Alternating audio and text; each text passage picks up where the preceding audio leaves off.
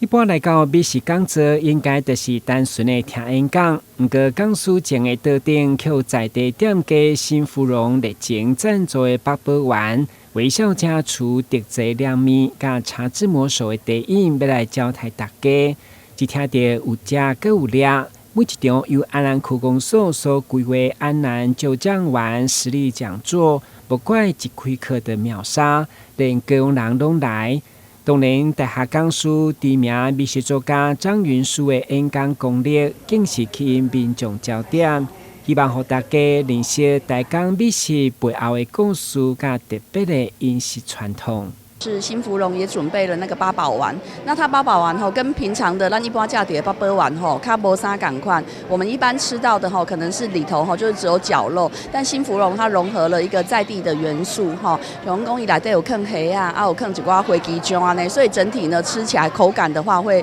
比较的就是有弹性、扎实、饱满。原来台港美食背后也有海滋味，这嘛印证安南区公所用美食拍头阵，每一档加进脑汁，行销观光的用心。市场的实力讲座，那获得很多的好评，甚至有远从高雄其他区来听讲的那我想我们未来除了这市场以外，目前也正在规划跨区来行销那期待这些